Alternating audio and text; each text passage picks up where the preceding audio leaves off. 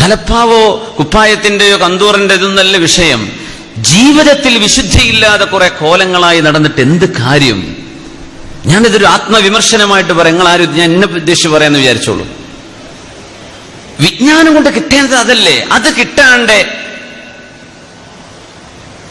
കുറെ ഊതിപ്പടിക്കുന്നുണ്ട്, കുറെ മസാലകൾ പഠിച്ചു വെച്ചിട്ടുണ്ട്, കിതാബിന്റെ പേരറിയും, ഇന്ന വോൾ, ഇന്ന പേജ്, ഇന്ന സ്ഥലം, ഇന്ന ആലിം ഒക്കെ അറിയും. പക്ഷേ ഒരു വിഷയം വരുമ്പോ ഹലാലും ഹറാമും നോക്കാൻ കഴിയുന്നില്ല, സൂക്ഷ്മത കഴിയുന്നില്ല. റസൂലുള്ളാഹി തങ്ങൾ പറഞ്ഞു സ്വല്ലല്ലാഹു അലൈഹി വസല്ലം, ഖിയാമത്ത് നാളിൽ ഒരു വിഭാഗം ആളുകൾ അല്ലാഹുവിന്റെ മുമ്പിലേക്ക് വരും. അവർ വരും ബിഅഅമാലിൻ കജിബാലി തിഹാമത ബൈളാ, തിഹാമ മലകളോളം ശുദ്ധമായ വെളുത്ത മലമലകളെ പോലെയുള്ള വലിയ വലിയ അമലുകള്. വലിയ അമൽ എന്നൊക്കെ പറഞ്ഞു ഒരുപാട് ഹജ്ജും ഒരുപാട് സ്വലാത്തും ഒരുപാട് ദിക്റും ഒരുപാട് ഉംറയും ഒരുപാട് സുന്നത്ത് നോമ്പും ഒരുപാട് സുന്നത്ത് നിസ്കാരവും, ഇങ്ങനെയൊക്കെ ഭയങ്കര അമല്. ഒരു വിഭാഗം ആളുകൾ വരുന്നുണ്ട്. യജ്അലുഹല്ലാഹു ഹബാഅൻ മൻസൂറാ. ഈ ഹദീസ് ഭയങ്കര പേടിപ്പെടുത്തുന്ന ഹദീസാണ്. നമുക്കൊന്നും പറയാൻ തന്നെ പേടിയാണ്. സൗബാൻ റളിയല്ലാഹു അൻഹു റിപ്പോർട്ട് ചെയ്ത ഹദീസാണത്. യജ്അലുഹല്ലാഹു ഹബാഅൻ മൻസൂറാ. അല്ലാഹു തആല മലകളോളം വരുന്ന ആ ഇബാദത്ത് മുഴുവനും അല്ലാഹു പൊടിയായി മാറ്റിക്കളയും, പൊടിയാക്കി മാറ്റിക്കളയും.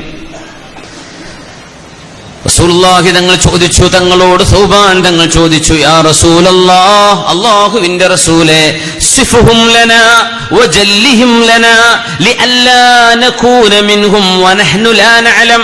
നബിയേ, അവരാരാണ്? ആരെ പറ്റിയാണ് അങ്ങ് ഉദ്ദേശിച്ചത് റസൂലേ സ്വല്ലല്ലാഹു അലൈഹി വസല്ലം? ഞങ്ങൾ അക്കൂട്ടരിൽ പെട്ടുപോകാതിരിക്കാനാണ് നബിയേ. ആരാണ് വലിയ അമലുകൾ ഉണ്ടായിട്ട് നാളെ രക്ഷപ്പെടാത്തവര്, നാളെ അല്ലാഹു പൊടിയാക്കി കളയുമെന്ന് പറഞ്ഞവരാരാണ്?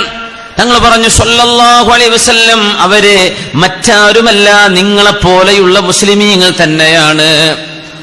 നിങ്ങളെപ്പോലെ മുസ്ലിമായി നടക്കുന്നവർ തന്നെ.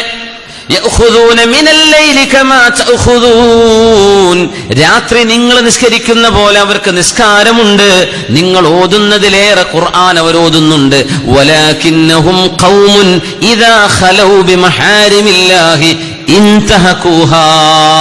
പ്രത്യേകത എന്താണെന്നറിഞ്ഞാൽ, അവരെ തെറ്റ് ചെയ്യാൻ ആരും അറിയാതെ ഒരു ചാൻസ് കിട്ടുകയാണെങ്കിൽ അത് ചെയ്യണമെന്ന് മനസ്സിൽ കൊണ്ടു നടന്ന ആളുകളാണ്. അവർ ചെയ്തിട്ടല്ല, ഒരു ചാൻസ് കിട്ടിയിട്ടില്ല.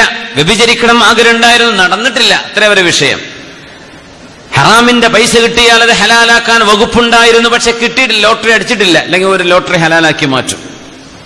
പലിശയുടെ പൈസ കിട്ടിയാൽ ഹലാലാക്കാൻ വകുപ്പുണ്ടായിരുന്നു, കിട്ടിയിട്ടില്ല. കിട്ടുകയായിരുന്നുവെങ്കിൽ ഇദാ ഖലൗ, ആരും അറിയാതെ ഏതെങ്കിലും ഒരു തെറ്റിനവസരം കിട്ടുകയായിരുന്നുവെങ്കിൽ അവരാ തെറ്റ് ചെയ്യുമായിരുന്നു.